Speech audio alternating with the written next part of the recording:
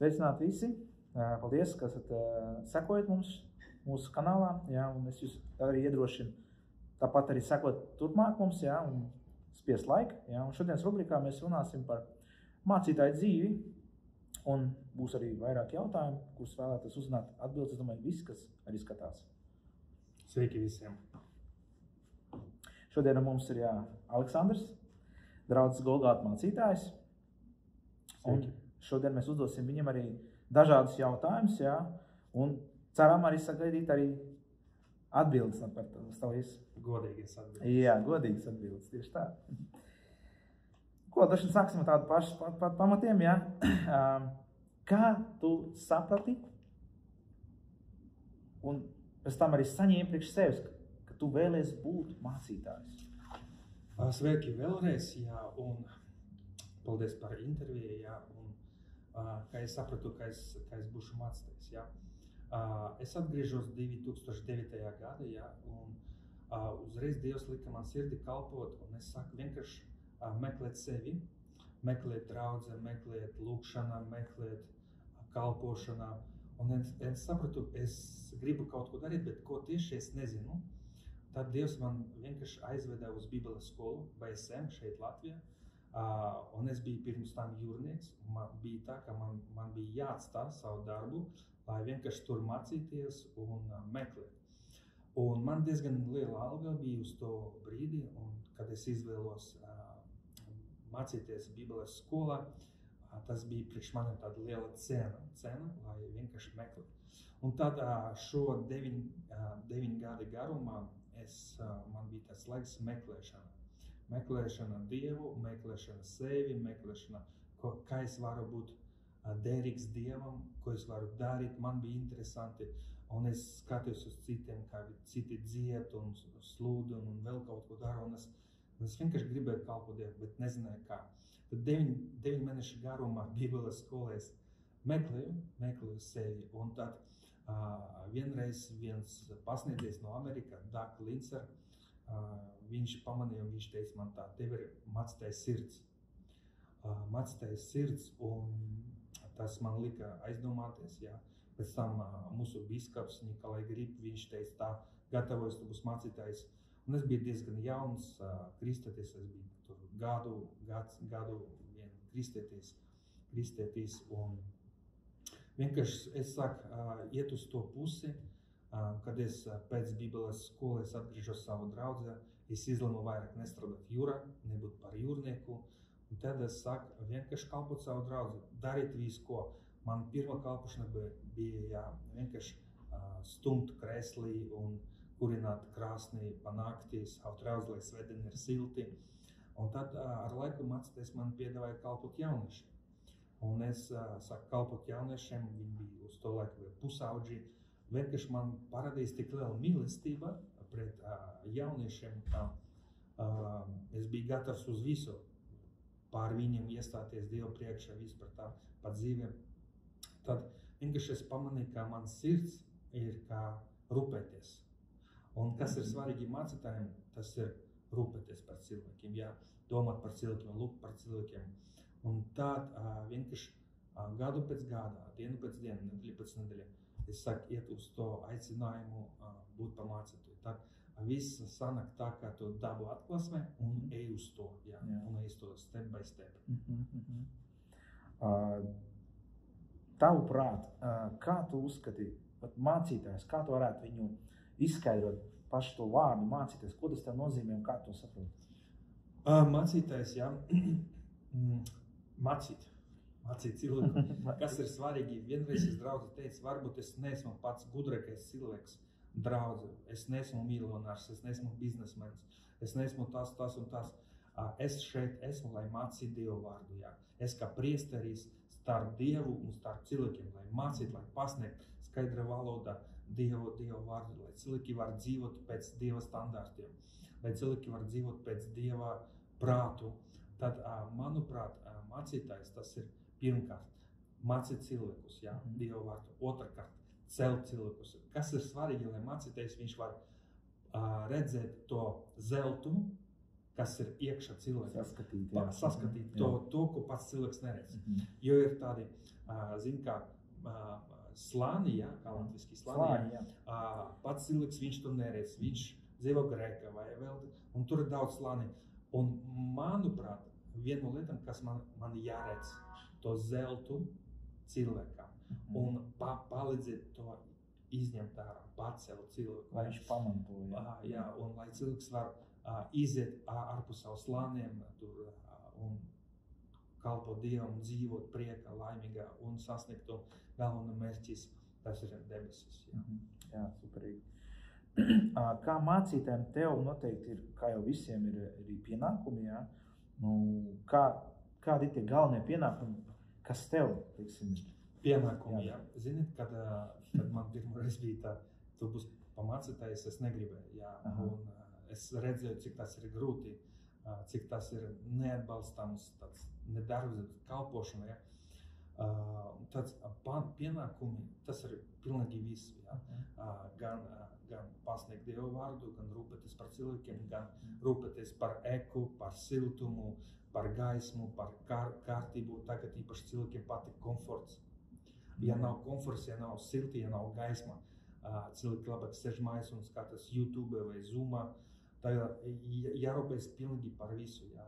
Lai cilvēkiem ir komfortabli, Dieva nāmā, lai ģimenes savienojas atpakaļ, ja tur ir kādas problēmas, jā.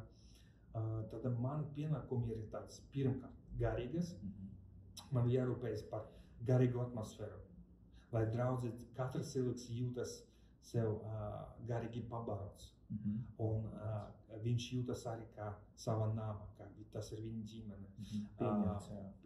Otrais, tas ir praktiska lieta, tas rūpēties par Dievu nāmu, jā, rūpēties par to, lai viss strādā, viss iet, piemēram, slāvēšana, lai iet, filmēšana, lai iet, lai ir skaņa, lai ir tās, protams, skaisti un labi, kad ir cilvēki, kur var palīdzēt attīstīties, bet sākumā, principā, tu to viss dari.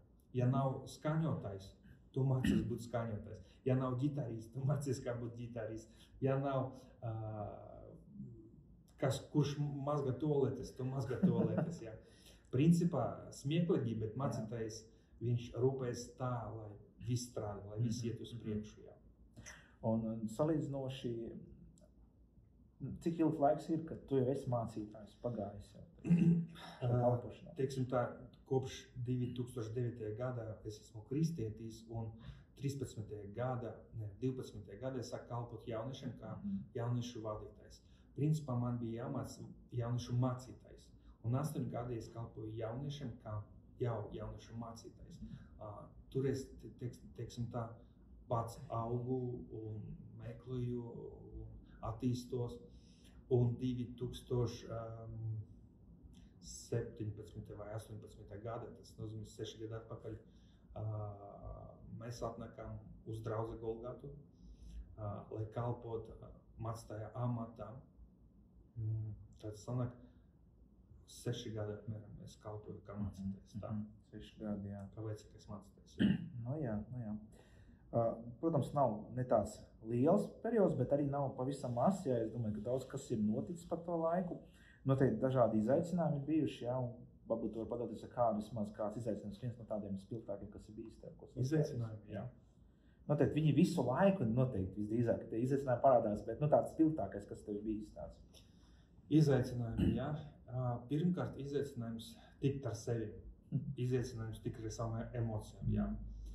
Bieži vien tu nevari savaldīt savas emocijas, tu nevari savaldīt savas vilšanas, tu nevari savaldīt savas dusmas, tu nevari savaldīt savas sagaidīšanas, jā.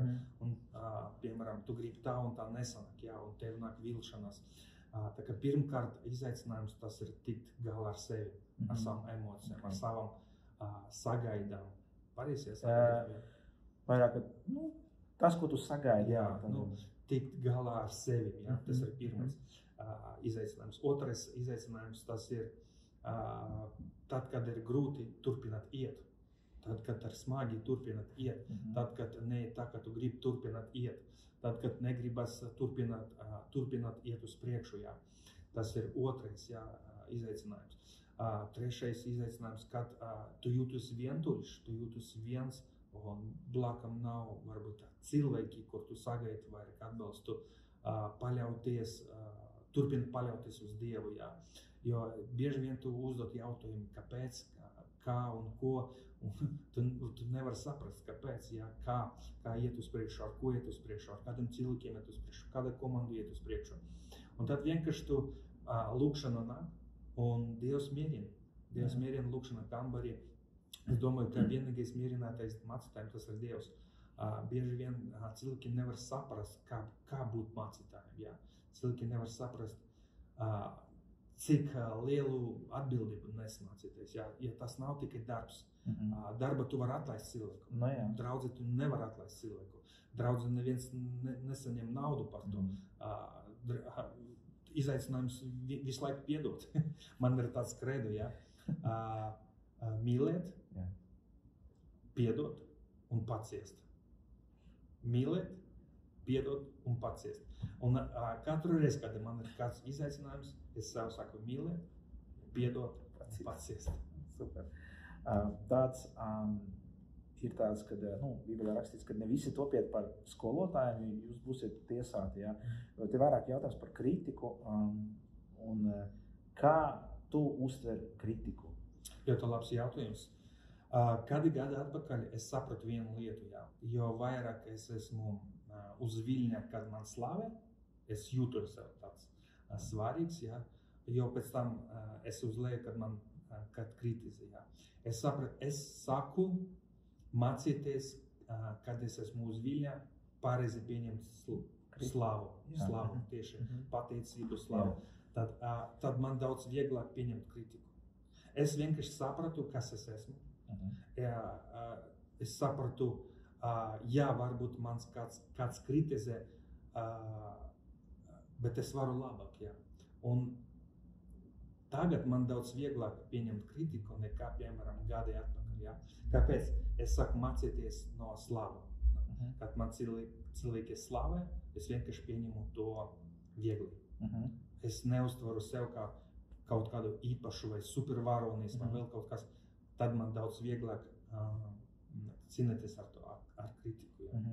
Tu arī esi tāds, kā jautājums tāds, tu pats arī esi kā paškritisks, pats sevi kritizē arī? Nē. Okay. Vairāk nekā jā. Nekā jā. Ok. Labi, tad, protams, ar ko tāds jautājums arī vairāk par dzīvi ārpus draudzes? Tu kā mācītājs, ar ko tu nodarbojies ārpus draudzes? Ziniet, sākumā man gribēs nosaukt šo rubriku mācītājs ārpus draudzes, jā, vai kaut kā tam līdzīgi. Bet es sapratu, ka mācītājiem ārpus draudzes nav dzīve. Citas dzīves nav. Viņi nav vienkārši. Tas viss saistīts ar draudzē, jā. Grib, negrib, visas domas, visas bēkas, viss iet uz vienu, uz draudzi, jā.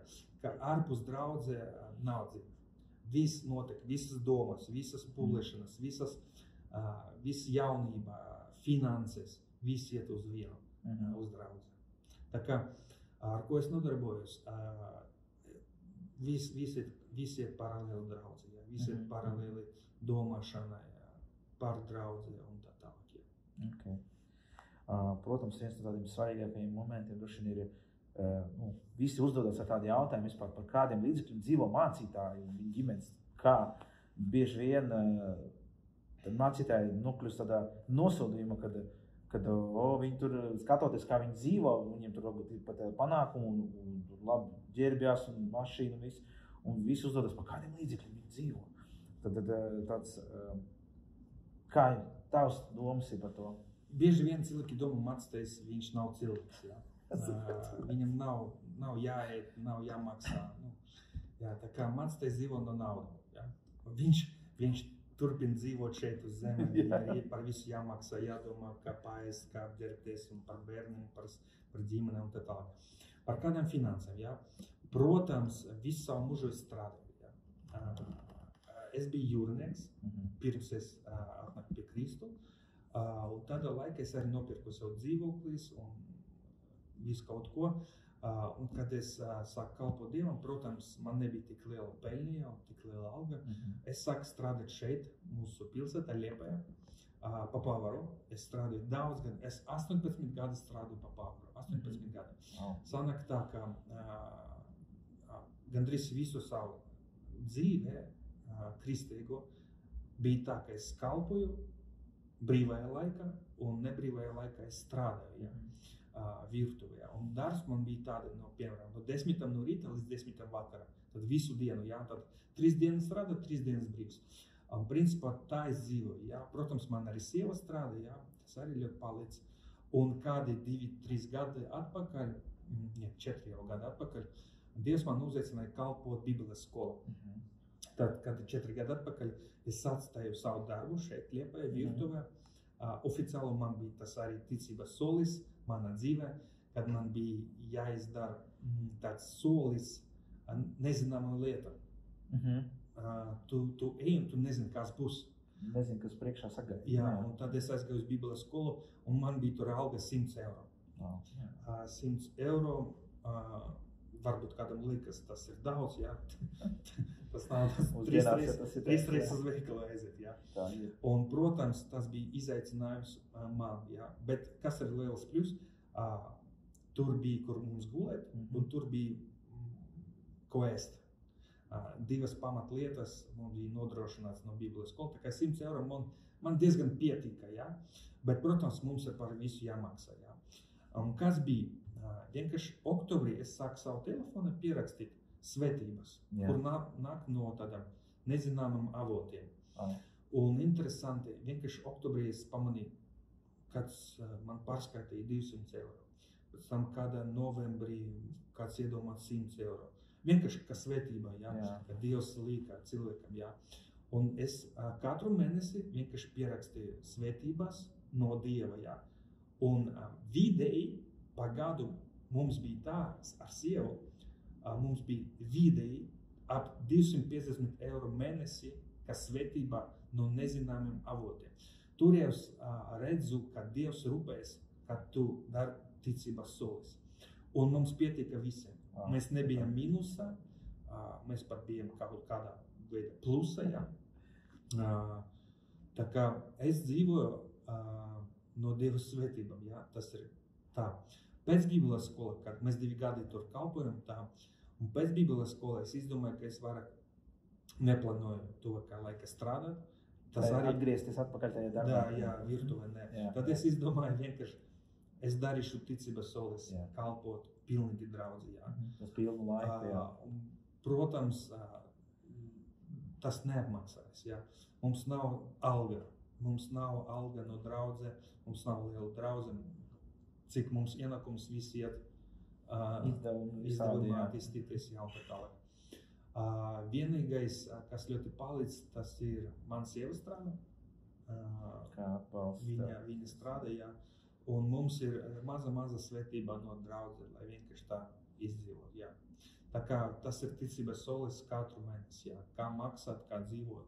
Tas tiešām ir un joprojām mēs redzam, ka Dievs rūpējas un Dievs atbalsta un Dievs nepamet. Tas ir svarīgi saprast, ka Dievs nepamet tad, kad tu ej pret Dievam. Dieva gribai. Paldies. Kas vispār ko tev vispār nozīmē, nauda? Ko tas tev nozīmē? Es saprotu, tā ir vērtība kaut kāda, bet kas tas tev? Viens vārds līdzeklis, Principā, zini, kad es dzīvoju bez Dieva, man bija liela alga. Man pietika visam, Es nopirku dzīvoklis un tā, man bija tūsiņi, bet nauda nenes man to prieku, to laimi, Kad es atgriežos pie Dieva, Dievs man mācīja dot. Vispār dot, ziedot, atbalstīt, un ar laiku Dievs man iemācīja dot vairāk, Un tad naudas man nes prieku tad, kad es dodu, Tas izklausās varbūt tā super garīgi, bet tas ir patiesība. Naudas, tas ir līdzeklis, lai attīstītu Dievu darbu, lai attīstītu Dievu valstību šeit. Par visu atbild sudraba, ir rakstīts Timotejam, Tā kā nauda, tas ir iespēja attīstīt Dievu valstību. Jā. Un, protams, šeit dzīvot uz zeme, bet es redzu, ka Dievs rūpējas. Dažreiz Dievs var uzdavināt kaut ko ārpus naudas, es domāju, vai nu veļas mašīnu, vai nu kafijas aparāts, vai nu mašīnu. Dievs vienkārši uzdavināt. Kāds man uzdevina šito, jā, kāds man uzdevina šito, ārpus naudas. Es par to nemaksāju. Vienkārši kāds uzdevina. Jā, kad Dievs sveitī. Jā, tāds viens no tādiem droši vien arī svarīgiem momentiem ir, kad mācītāji bieži vien viņi neiztur to spiedienu, tomēr, diemžēl, tā ir. Un kā tev liekas, kāpēc bieži vien mācītājiem jāatstāj kalpošana? Es domāju, ka cilvēks ar laiku, kristietis ar laiku un arī mācītājs ar laiku var pazaudēt vienu svarīgu lietu. Tas ir Dieva bijību. Aizmirst to, ka viņš zem Dieva, ka Dievs ir kungs, ne mācītājs ir kungs, bet Dievs ir kungs. Un ja mācītājs zaudē Dieva bijību, manuprāt, ļoti viegli atkrist no svaidījuma un no pēc tam galu galā no kalpošana.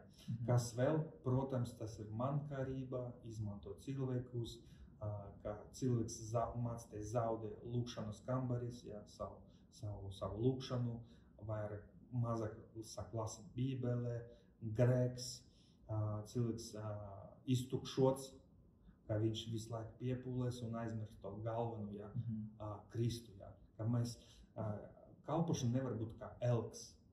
Mēs pirmkārt, mēs esam radīti sadraudzībā ar Kristu, pirmkārt. Kalpošana tas ir otrais vai trešais pat, Pirmkārt mums jāatceras Kristu, ja tā var pareizi, ja tā var teikt, ka mēs nekalpojam, mēs mīlam. Bieži vien mēs to zem kalpošanu, bet es to daru dēļ mīlestību. Ja es zaudēšu mīlestību, es varu pazaudēt visu. Tā kā nezaudēt to mīlestību un nezaudēt to dievbijību. Es domāju tā. Jā. Man pašam, es atvainojos, man pašam tā sapratne par dievbijību visu laiku atgādina. Visu ko par finansēm, par to, ka tu vari darīt kaut ko nepareizi, draudzi vai cilvēki. Dievbijība liek tev uz atpakaļ. Darīt kaut ko vai arī nedarīt kaut ko. Tev par šiem jau 6 gadiem, kā mācītājs, kā cilvēki tevi uztver tad, kad tu sāki kalpot un kā līdz šim brīdim jau, nonākot, kādi mainīsies cilvēku uztveri, vai ir mainījies? Noteikti cerams, ka ir mainījies, bet gribētu dzirdēt, kā... Kā kurš cilvēks? Citiem es joprojām draugs, citiem es vienkārši Saša, citiem es esmu Aleksandrs, citiem es mācītājs, citiem es vienkārši nekas, kā kuram cilvēkam. Citi man prasa padomus, citiem nav interesanti mans padomus, kā kuram cilvēkam, Vai tu jūti tādu uzticēšanos tev no cilvēku puses, ka tev uzticās un... Ļoti labs jautājums. Arī kā kurš cilvēks. Ļoti atkarīgs no cilvēka. Cik cilvēks atļaus runāt uz viņu dzīvi, tik mēs varam runāt. Cik cilvēks neatļauj, tik daudz mēs nevaram runāt. Kā kurš cilvēks uzticās. Ir cilvēki, kuri dzīvo ārpus Liepāja, Rīgā vai Bauskā vai vēl kaut kur. Viņi zvana, mums ir tāda uzticēšanas viens otram. Citi blakus tuvāk, viņi mazāk uzticās. Kā kurš cilvēks. Teiksim, tavs tāds lielākā vilšanās, varbūt tavā kalpošanas dzīvē, varbūt, ka tu esi piedzīvos, kas tev licies vilties, teiksim. Vilšanās, Vilšanās. Es domāju, lielākās vilšanās manas sagaidīšanas. Ka man bija priekšstats par kaut ko, un tas nenāk. Un problēma nav cilvēkus. Problēma tā, ka es kaut ko gaidu no cilvēkiem, un cilvēki to nevar izpildīt. Tā kā tas arī mana izaicinājums, ar ko es cīnos ar savam sagaidām. Piemēram, neiet tā kā tik ātri, kā gribētos. Neiet tik perfekti, kā gribētos. Neiet tik labi un skaisti, kā gribētos. Lielākais vilšanās sagaidīšanas. Un viena lieta, ko es mācos, negaidīt tik daudz.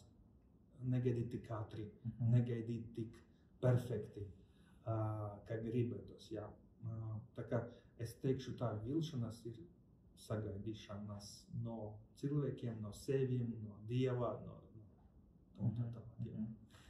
Nu jā, tad pāriesim uz tādu bišķiņu, tādu labāku, tādu patīkamāku, tieši par tādu, tavs tāds sapnis par draudzi, jā, teiksim, kāds ir tavs, teiksim, sapnis ārpus draudzes vai kalpošanas vēl bez tā visa? Kaut par ko tu domā, kaut kāds tavs tāds? Sapnis ārpus draudzi, jā. Kā es jau teicu, mans tā visi sapņi ir pār draudzi, jā. Tas tāds āķīgais, jā, uzķert. Vairāk, viss ir par draudzi. Man ir tādi, ja tā var teikt, divi tādi lieli sapņi, jā. Pirmais, tas ir glābšana manai ģimenei, glābšana manai meitai. Tā, lai es zinu, kā viņi iet uz debesīm, jā. Tas ir sapnis. Nevar teikt, tas ir ārpus draudzi, jā, tik un tā tas saistīts ar Dievu. Bet glābšana mana meita ir tagad 4,5 gadi, ja? Un man ir liela cerība, ka viņa dzīvos ar Kristu, ja? Ka viņa neizvēlēs uz otru ceļu, citu ceļu. Ja? Tā kā man ir lūkšana par to un tā. Un vēl tāds sapnis ir, man gribētu zini kā viesunāms. Man gribētu tādu māju, kur mēs savu māju? Tas ir vai kā viesunāms. Un arī, zini kā, tas ir mans vienkārši domas pašam tur dzīvot, un ir vieta, kur mēs varam izierēt cilvēkiem. Okay. Tas ir kā biznesa plāns, vai arī tur darīt nometnes, bērnu nometnes, kāzas, kristīgus svētkus, pasākumi kristīgas, kā, piemēram, draudzi var atbraukt un pacelt gaļu tur, jā. Viesunāms. Fiziski tas nav iespējams, ja?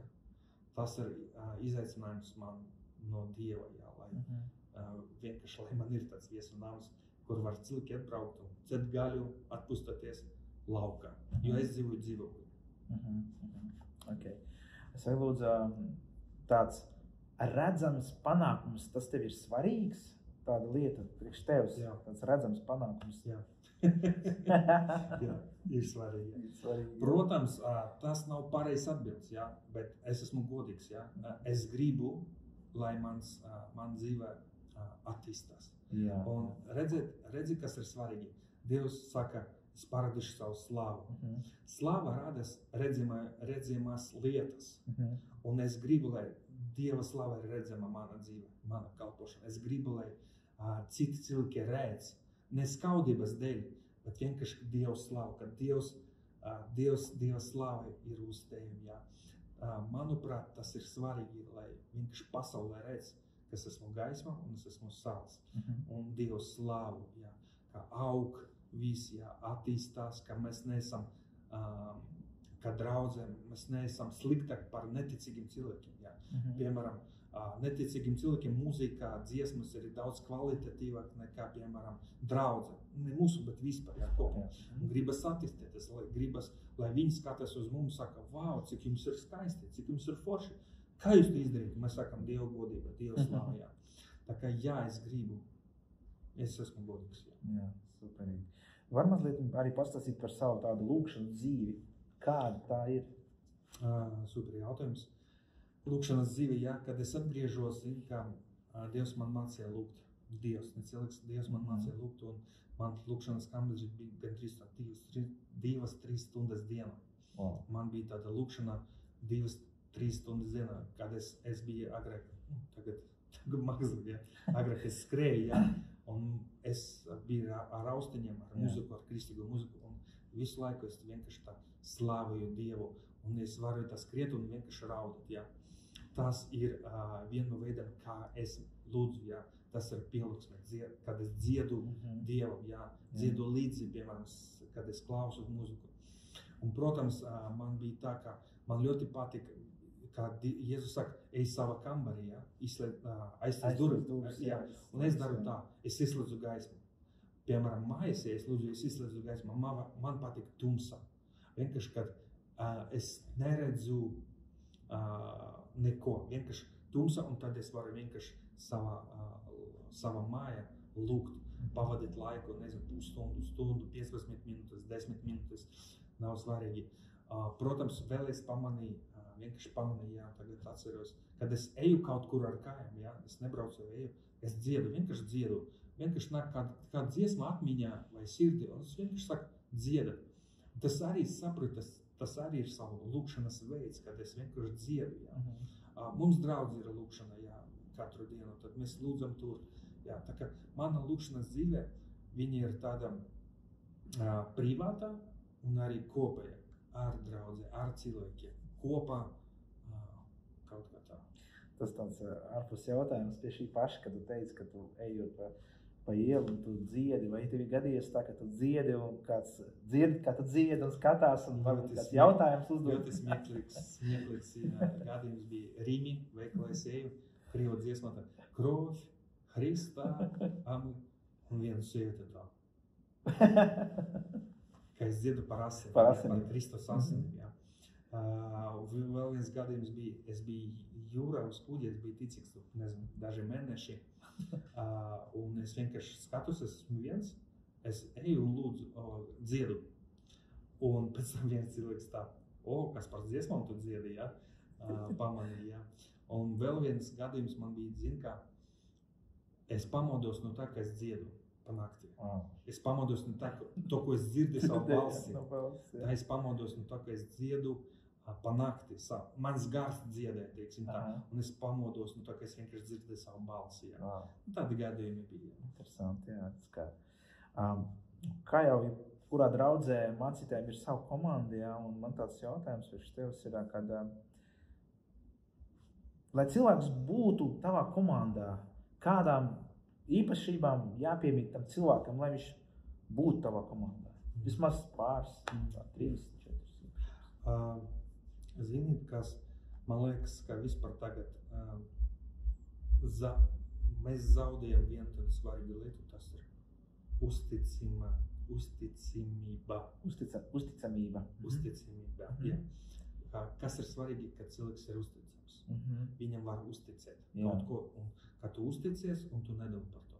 Kad tu uzticies, un tu esi mierīgs, ka viņš to izdarīs. Paļauties. Man ļoti patīk, kad tu vari pateikt vienreiz. Man principā ļoti nepatīk atkārtot. Man nepatīk atkārtot. Mana meita, man dažreiz 3 reizes jāatkārto. Man tas traucina, jā. Anģelika, man ļoti nepatīk atkārtot. Man patīk vienreiz pateikt, un viss. Un man patīk viena lieta, ka cilvēks uzticīgs. Otrais man ļoti patīk, ka cilvēkam nav jāatkārto otru reizi. Tu vienreiz pateici, nav jāatkārto pēc tam. Nav jākontrolē, nav jādomā, vai viņš to izdarīs, neizdarīs. Jā. Otrais.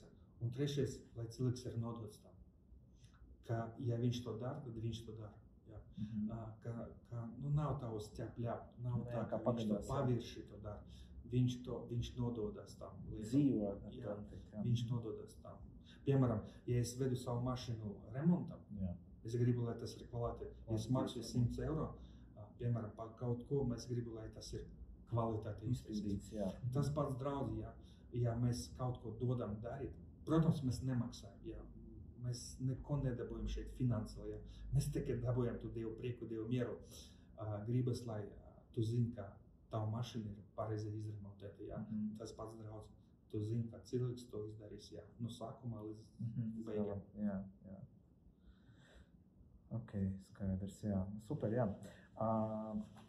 Tāds jautājums tev, vai šo laiku atskatoties uz atpakaļ, tu neko nenožēlo par to, par tavu izvēli?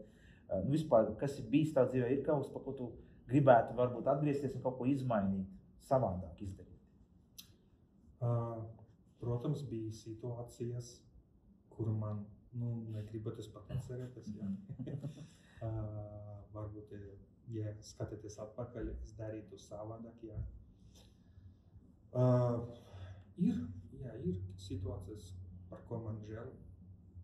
Vairāk vai mazāk tas ir dēļ emocijām, dēļ, ka tu nevari savaldīt kādu brīdi, kādu momentu sev noķert. Zini, ka tu nevari noķert. Ir rakstīts kā vārds, ka putne. Jā, putns, izlido, jā. Tu nevari nosērt viņu atpakaļ.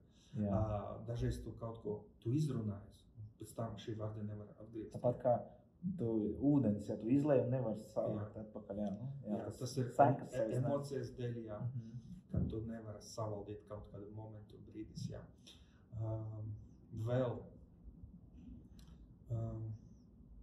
kaut kur attiecības, ar cilvēkiem, ko tu izdarīji, varbūt ne tā, ka tev liekas ir pareizi, tagad tas neliekas tev pareizi. Kaut kā tam līdzīgs.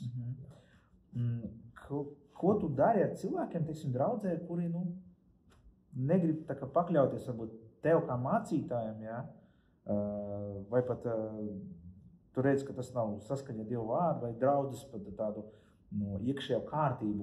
Ko darīt? Kā tu rīkoties? Kā tu dari? Ko tu dari? Smags jautājums.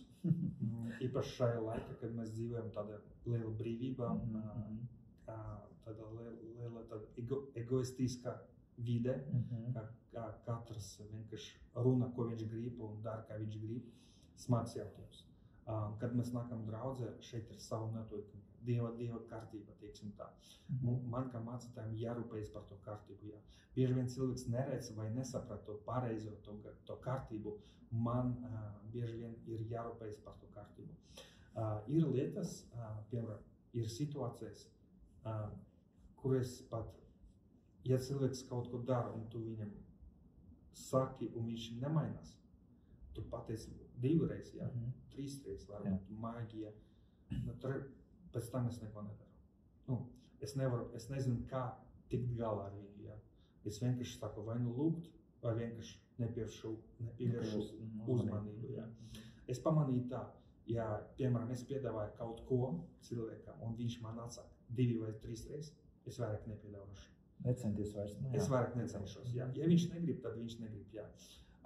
Citi varbūt tur mēģina vēl. Es esmu arī cilvēks, un arī, kad man atsaka, arī sapīgi, Protams, arī nepatīk, kad tu piedāvā 2, 3, 4 reizes, un tev atsaka, un tas arī tāds sajūta, ka tev atgrūž. Tu piedāvā kaut ko, bet tev atgrūž, Tā kā ir cilvēki, ar kuriem es neko nedaru, un otrais, ko es daru, vienkārši runāties. Ja cilvēks nemainās, es nezinu, ko ar viņu darīt. Ir bibeliski tādi, ko jādara, bet es nezinu, cik tas šodien, kā pareizi to darīt. Smags jautājums. Šodien, manuprāt, tas ir viens no grūtākajiem draudzi, kas ir, tas ir disciplīna, viena no grūtākajiem posmam, vai turēties tajā. Un runāt, un ļoti cilvēki apvainojas. Ja tu saki, bišķi ne tā, kā viņš sagaida, viņš apvainojas. Es nesaku, mums vispār tā kopumā, kā viens cilvēks, mēs vairāk neesam sals, mēs esam cukurs. Saldinātājs, un bieži vien nezinu, ko darīt. Bieži vien lūdzu, prasu Dievam padomus. Un tā, grūti pateikt. Tev kā mācītājiem, tu biji noteikti, gan jau kā arī ir kāds tavs garīgais tēvs, autoritāte, kā tu smelies, varbūt tāda padoma, gudrība, noteikti arī ir tādi cilvēki, kas ir apkārt. Ir tādi 3 cilvēki, kuri es skatos, es mācos no viņiem, un viņi ir kā piemēri man. Es negribu nosaukt vārdi, lai citi neapvainojas, tā kā, ir, un es varu ar viņu parunāties, paprasīt padomus, vai atskaitieties, vai vēl kaut kas. Ir arī tādi draugi, ar kuriem es jūtos sev viegli, ērti, ar kuriem man viegli komunicēt, draudzēties. Un teiksim tā, ir tādi mācītāji, un viņi kā garīgi tevi, arī man. Super, tas ļoti svarīgi, es domāju. Tāds jautājums, skatoties uz mūsdienu tādu visu to, kas notiek vispār pasaulē, kā tev liekas, kādā virzienā virzās vispasaules draudz, laikam tā, lai pasaka, vai ir pareizi tas virziens, vai tomēr kaut kas, tu sajūti kaut kādu vai trauksmu, vai viss ir kārtībā, kā tev liekas, kādā virzienā ir draudz? Man nav tāda atklāsme par to, es vienkārši varu pateikt savus pārdomās, sapratni, cik es esmu sapratis. Protams, es teikšu tā, lielākā daļa no draudzi ir ļoti pavērši. Tā virspusēji. Virspusēji. Ļoti tādi dzīvo tādu no emocijām. Piemēram, bija Covid, draudze sadalījās. Atmēr karš, Ukraina, Krievija, draudze sadalījās. Jā. Mēs varam redzēt, cik viegli sadalīt draudzi, cik viegli sadalīt vienu no otru, jā, cik viegli nogalināt vienu otru. Tā kā, manuprāt, man negribas pat teikt, bet mēs neesam tik labā formā draudze, lai vispār mainītu pasauli. Jā.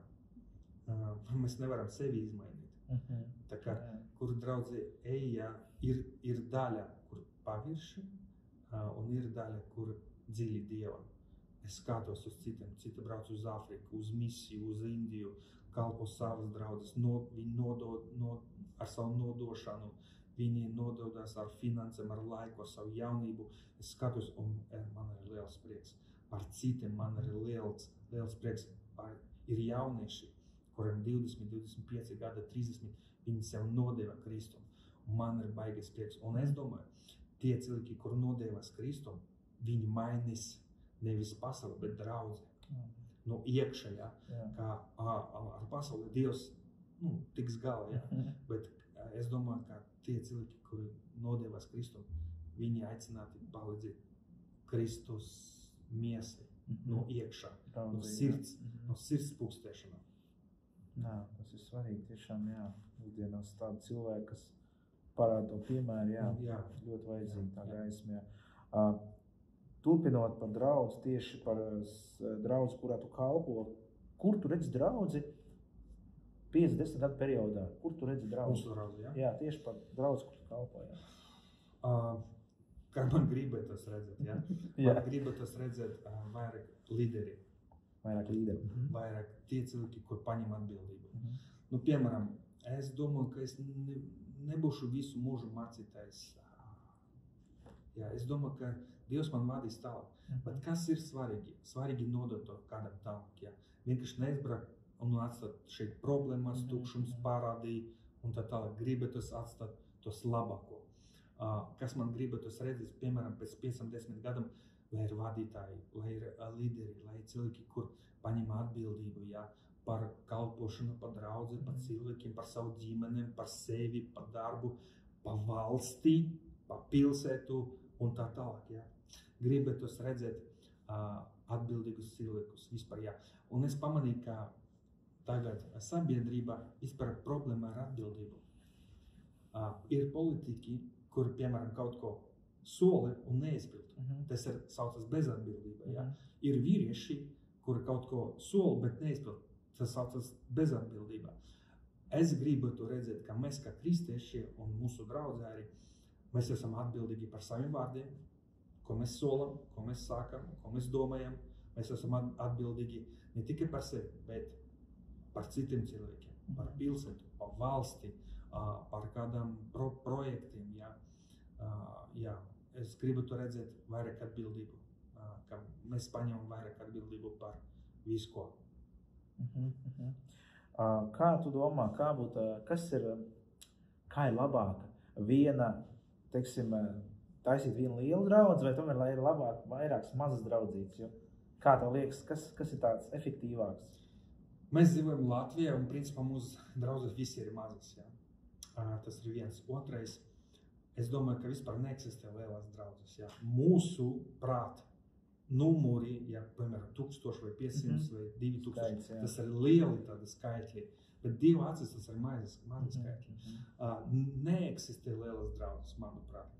Ja mēs runājam viena 500 vai 10 pa 50, es teikšu tā, kā kura pilsētā. Rīga vajag lielu draudzi. Liela pilsēta vajag lielu draudzi. Jā, citi cilvēki grib būt lielu draudzi. Mazajās pilsētās labāk 2 pa 50 nekā 100. Es domāju tā. Okay. Un vēl pie tā paša, kā tev liekas, lielajās pilsētās draudzes savstarpēji ir draudzīgākas nekā mazās pilsētās? Vai Nav nejausmas, ka viņi tur dzīvo. Nu, labi, ņemsim par piemēru Liepāju. Kā Liepāja diezgan daudz draudzes salīdzinoši, neliels, jā, bet kā tev liekas, tā komunikācija savā starpā ir tāda, gribētos labāk vai ir apmierinoša? Es pateikšu tā, es jūtu, ka mums nav konkurence. Es neredzu konkurence, es neredzu, ka ir skaudība viens uz otru, nav cīņa, nav kādas sliktas runas par draudzēm. Cik es dzirdu, cik es redzu, es nezinu, jā, bet manuprāt nav. Mēs nekonkurējam viens ar otru, un tas ir skaisti. Cik daudz mums ir sadraudzība, tas ir cits jautājums.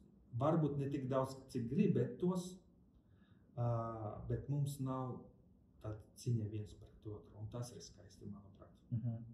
Es nezinu, kā Rīga pilsētas šeit Liepājā, varbūt būtu labi tikties, jā, izrunāties, parunāt, palūgt, jā. Pagaidām mums nav tāds tikšanas ar mācītājiem. Ok. Tad ir uz ko tiekties. Varbūt kāds to organizēs. Jā. Ok. Tāds jautājums arī tev noteikti, kad ir bijusi, tu esi skaties cilvēku dzīves, jā, tu runāji arī par misiju, jā, un kā tev pašam ir vēlme kaut kādiem gadiem, jā, doties kādā misijā, nevis tādā īsā, bet tādā ilgstošā misijā. Gribētos, vai tev doma bijusi tāda kādreiz, kad aizbraukt misijā kalpot? Zini, ko es sapratu? Es sapratu kādi gadi atpakaļ jau, ka es negribu novecot vienkārši pie televizora. Es negribu novecot vienkārši divānā, es negribu novecot vienkārši mājās. Kad es nododos sev Kristum, es teicu Dievam tā, es gribu путешествие, ceļojums, jā. Es gribu ceļojumu ar Dievu. Okay. Vispār tā. Ceļojumā ar Dievu, jā. Es gribu redzēt brīnumu, es gribu redzēt Dievu slavu, es gribu redzēt Dievu godību, es gribu redzēt, kā cilvēki mainās, es gribu redzēt, kā cilvēki atgriežas. Es teikšu tā, es negribu vienkārši novecot mājās. Varbūt tas nebūs misija, varbūt mana māja, mana pilsēta, mana valsti, bet es gribu redzēt, ka Dievs darbojas starp jauniešiem, starp pieaugušiem, starp draudzēm. Es negribu novecot mājās. Jā. Okay, jā, tas tiešām ir tāds svarīgs saprast to, jā, un laikam, jā, tas mūs tāds kā kristiešu tas dzīves pareizi tā domāšana, jā, kad vienkārši neiztērēt to laiku tukšā, jā. Vēl mēs tu runāji pāris reizes, minēji par meitiņu, es gribētu uzdot jautājumu. Tik es zinu, jā, kad jūs esat adoptējuši bērnu, jā, un tas ir tāda pieredze noteikti arī kaut kas tāds jauns, dažkārt kādi izaicinājumi. Kā jūs līdz tā nonācāt? Kad es atgriežos, pirmā no atklāsmēm Dievs man iedeva, tas bija par to, ka cilvēki iet uz ellē, pazušana. Un man sapratne joprojām, ka pasaulē iet viena virziena, pazušana. Un tad es lasīju vienu rakstvietu, un bija rakstīts, ka kurš paņems to mazāko, paņem mani, paņem manu tevi, jā. Un es sapratu, ka es gribu adaptēt. Kad man būs ģimene, uz to laiku man nebija vēl ģimene, man nebija sieva, un es padomāju, es gribu dot cerību. Es gribu dot cerību kaut vai vienam cilvēkam šajā pasaulē. Kaut vai vienam cilvēkam. Es nevaru izglābt visu pasauli. Es gribu dot cerību. Es nevaru izglābt šo meitu, bet es varu dot cerību. Un šis sapnis bija vienmēr man sirdī. Kad es apprecējos, protams, mēs arī par to runājam pirms kāzam, jā, ar savu sievu. Un mēs piekrītam, ka mēs gribam adoptēt, jā. Pirms kāzam jau. Kad mēs apprecējamies, mēs sākam pēc kādu laiku, jā, pēc kādiem 2 gadiem, sāk kārtot dokumenti, jā. Mēs sakārtojam visi dokumenti, kā mēs gribam paņemt, adoptēt vienu meiteni, jā, no 2 līdz 4 gadiem, un dot cerību viņai uz nākotnē. Protams, ir cilvēki, kur var dot izglītību, naudas, ģimene, mīlestību, bet viņi nevar dot Kristu. Kas ir svarīgi, mēs gribam dot viņai Kristu. Mums katru dienu ir lūkšana ar viņu. Mums ir katru dienu Bībeles lasīšanas ar viņu, jā. Mēs gribam dot to pat galvenu, jā. Protams, ģimene, mīlestību, visu ko, bet pats galvenais, ko mēs gribam dot viņai izvēlē Kristu. Pareizo izvēli izdarīt, jā. Viņa ir ļoti forša. Superīgi, jā, tiešām tas ir tāds, tā ir tāda arī savā ziņā sevis upurēšana, jā, jo, kad tu adoptē bērnu, nezinu, kā tas ir, protams, bet redzot, jā, ka tas nav viegli, jā, tie ir izaicinājumi, tie ir, tās varbūt arī asars un daudz citas lietas, kam jāiet cauri, jā, bet man patīk tas, ka tu saki to cerību, jā, un tas tiešām ir, lielākā dāvana iedot cilvēkam cerību šeit pasaulē. Piedod, es sapratu vienu lietu, ka tagad lielākā daļa viņi baidas no grūtībām. No atbildības noteikti. Vienkārši no grūtībām. Ne tikai atbildība, bet grūtībā. Cilvēki baidas grūtības. Pacelt kaut ko smagu, paņemt kaut kādas grūtības uz sevi. Mēs mēģinām kaut kā apiet cauri, apkārt, jā, lai nepaņem grūtības, jā. Un es sapratu vienu lietu. Grūtības būs gan ar meitu, gan bez meita. Grūtības būs tik un tā. Un es padomāju, lai ir grūtības ar to cilvēku, nekā bez viņu. Jā. Bez viņu mēs tur raudētu un tās, ar viņu mēs raudam par viņu, jā. Vienkārši man sapratne par to, ka mums nav jābaidās no grūtībām. Jā, grūtības būs, protams, kalpot mācītājiem tas ir grūti, bet kur ir viegli? Es strādāju virtuvē, arī nav viegli. Tur strādāju, arī nav viegli. Kur ir viegli? Nekur. Vispār dzīvot tur nav viegli. Es domāju, mums nav jābaidās no grūtībām, ka mēs varam adoptēt bērnu, dot viņa cerību. Jā, tas nebūs viegli, tas būs grūti, bet Dievs apsolīja iet ar mums šo ceļu.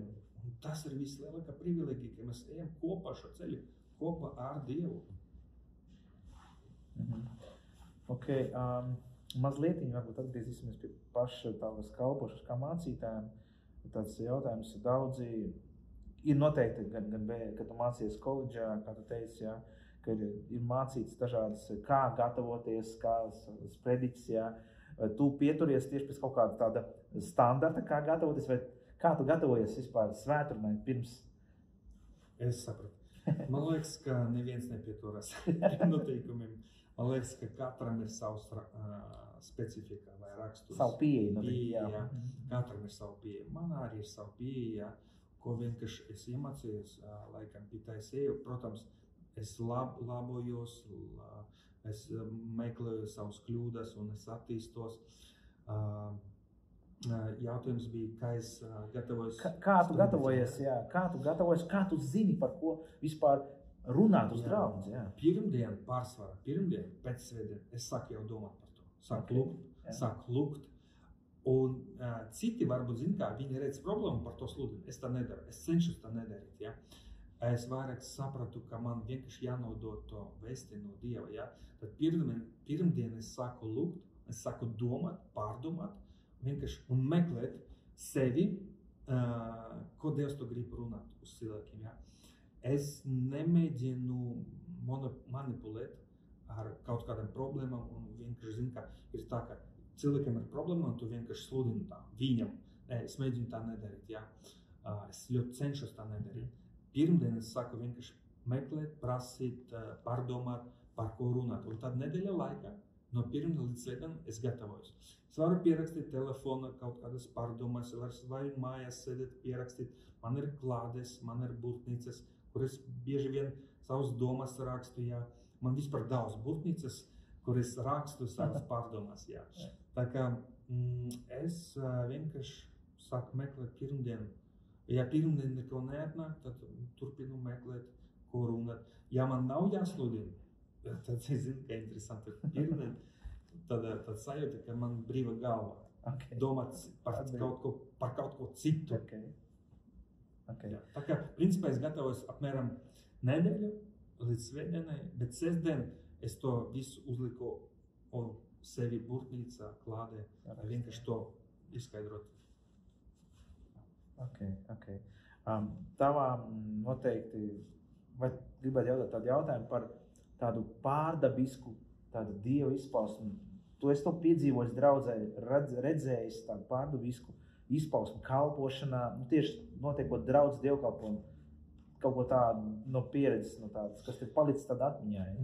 Jā, es atceros viens gadījums, man bija dievkalpojums, un atnāk viens jaunais cilvēks, ja? Pirmkārt, kad viņš ienāca, viņš jau sāk tāds kustiks, ja? Pēc tam sāk slavēšana, viņš vienkārši nokrīt, un vienkārši demoni bija. Mēs sākam lūgt, nezinu, kad 40 minūtes mēs lūdzam, jā, viņš tā pilnīgi tricēja. Vienkārši mums nebija ne vārds, ne svētrunā, mēs visu bija slavēšana, tur bija dzied, slavētāji. Mēs vienkārši lūdzam par gara izdzīšanu, jā. Bieži vien tā nav, bet tādi gadījumi viņi palika atmiņā. Protams, kad cilvēks atdeva savu dzīvi Dievam, tas arī palika atmiņā, jā. Ja cilvēks piedzīvoja Dievu klātbūtni ar asarām, ar kaut, tāda, var redzēt, ka viņš piedzīvoja, tas palika atmiņā, un tas ļoti neslēl prieku, jā. Kad jauni cilvēki nāk un viņi atgriežas, viņi saka, jā, es gribu pieņemt Jēzu savā dzīvē, pēc tam viss mainās, tas neslēl prieku, jā. Un par tā runā, par tām pārdabiskām izpausmēm, kā cilvēki dažkārt reaģē, vai visi tā pozitīvs to skatās, kad tur cilvēks tur kliedz vai kaut kas notiek ar ķermeni un tā, vai kāds to uzskata, ka kaut kas tas tāds nav no Dieva, vai kā cilvēki reaģē uz tādām lietām? Kā kurš bija cilvēki, kur slēpto, bija demoni, kur slēpjas ļoti dziļi, ja, pat slavēšanas, pat Kristus asins, kaut kā viņi tā slēpjas, un tikai kaut kāda brīdī, kaut kāda momenta sāk izpaužoties, jā. Tā kā kura reiz, tas var būt kliekšana, var būt ļoti mierīgi, kā kura reiz. Kā tev liekas vispār draudzē, viņi necenšas izvairīties no tādām izpausmēm, ko jo Dievs arī teica, kad jūs manā vārdā dzīsiet ārā ļaunos garus un dziedināsiet un mirušie celsies. Viss, kas nav saprotams, cilvēkiem nes savu veidā bailes, ja? Jā, tā baila. Ja cilvēks nesaprot, ja mēs par to runājam, ja mēs mācam draudzi par to, cilvēkiem daudz vieglāk pieņemt šo faktu, kā izdzīt demonus. Ja mēs par to nemācam, tad ir baila cilvēkiem. Par to vairāk ir jārunā. Vienkārši par to vairāk ir jārunā, jāmāc, vispār jāpaskaidro, tad daudz vieglāk. Kopumā ļoti maz par to runā, vai kā? Kā kura draudzē, bet es domāju, jā, daudz par to nerunā, jā. Jā, un principā tādu kopsavilkumā gribētu vēl jautāt, varbūt, ko tavs tāds novēlējums varbūt cilvēkiem un vispār mācītājiem, kas grib būt mācītāji, kas ir un vispār tavs tāds novēlējums? Mans novēlējums mācītājiem mīlēt savus savus, jā, nesiet viņus, jā. Varbūt mēs bieži vien gaidām daudz, bet tas nenāk ātri. Jā. Mums dažreiz ir jāgaida, kamēr tas izaugs, šo seklu izaugs cilvēka. Jā. Tā kā mācītājiem es pateikšu, sev es pateikšu, negaidīt tik daudz, tik ātri. Jā. Vienkārši mīlēt, jā, turpināt mīlēt. Jā. Un es cilvēkiem pateikšu tā, ka vienkārši atcerieties, ka mācīties ir cilvēks. Cilvēki dažreiz apvainojas par to, ka mācītājs neteica labdien, jā. Varbūt mācītājiem vedras sāp. Nezinu, varbūt viņš domā un viņš mājās sastrīdējas tā sieva, jā, vai nezinu ko. Varbūt viņam galva sāp. Atcerieties, ka mācītājs ir cilvēks. Otrais, es pateikšu tā, nerunāt slikti par mācītāju. Runāt slikti par mācītāju, tas ir rakt bedre sev, jā. Jo Dievs vienmēr, ja mācītājs ir dievbijīgs, jā, tas pārējais, jā. Dievs vienmēr būs mācītāja pusē, jā. Varbūt tas izklausās ļoti tā nepareizi. Manuprāt, tā ir, jā. Ja mācītājs ir no Dieva, Dievs, kā Mozus. Mozus bija no Dieva, Dievs vienmēr pasargāja Mozu, jā. Jā, un tā tālāk. Tā kā nerakt bedres, nerunājiet slikti par mācītāju, jā. Svētiet, labāk svētiet. Nenest lastu, bet svētību nest, jā. Un tad jūs pamanīsiet to vērtību, to dāvanu aizstāv cilvēkam, jā. Cilvēks ir, mācītājs ir cilvēks, bet aizstāv stāv liela dāvana cilvēkiem, jo mācītāja amats ir dot cilvēkiem. Mēs esam cilvēkiem, lai kalpo cilvēkiem, lai radītu to cilvēkiem. Mēs esam priekš cilvēkiem. Nav jābaidās no mācītāja. Nav varbūt viņam raksturs varbūt nav tik ideāls vēl joprojām. Viņš var būt dusmīgs, dažreiz nelaimīgs vai vēl kaut kas, bet nav jābaidās. Viņš ir vienkārši cilvēks, vairāk draudzēties ar mācītājiem. Ar sakot, jāiepazīst mācītājs. Pareizi. Jā. Nu jā, tad varbūt noslēgumā, varbūt tev ir kas vēl, ko piebilst, varbūt no šī visa klāsta, kas ir jautāts, varbūt kaut kas ir paliec garām, ko tu varbūt vēl gribētu pateikt.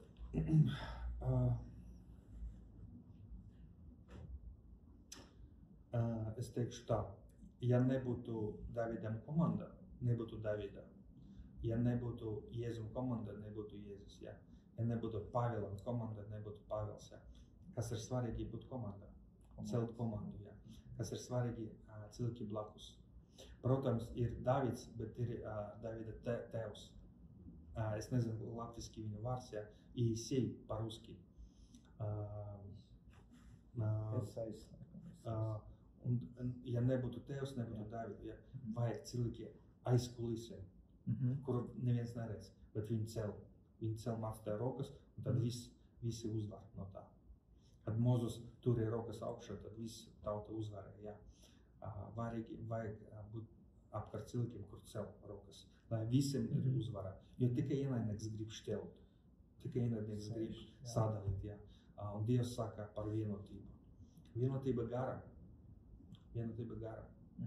Paldies tev, jā. Brīnišķīgi saruna mums sanāca, jā, un tiešām es domāju, ka daudziem bija interesanti dzirdēt, zināt, sadzirdēt tādus tos izaicinājumus, jā, kas ir mācītājiem, jā, un noteikti šī nav pēdējā reize, kad mēs veicam šādu sarunu, jā, gan jau noteikti drīzumā būs vēl jauna, tāpēc jums iedrošina arī sekot līdzi mūsu kanālam, jā, laiku, varat arī komentēt, jā, droši, un līdz nākamajai reizei. Visu labu!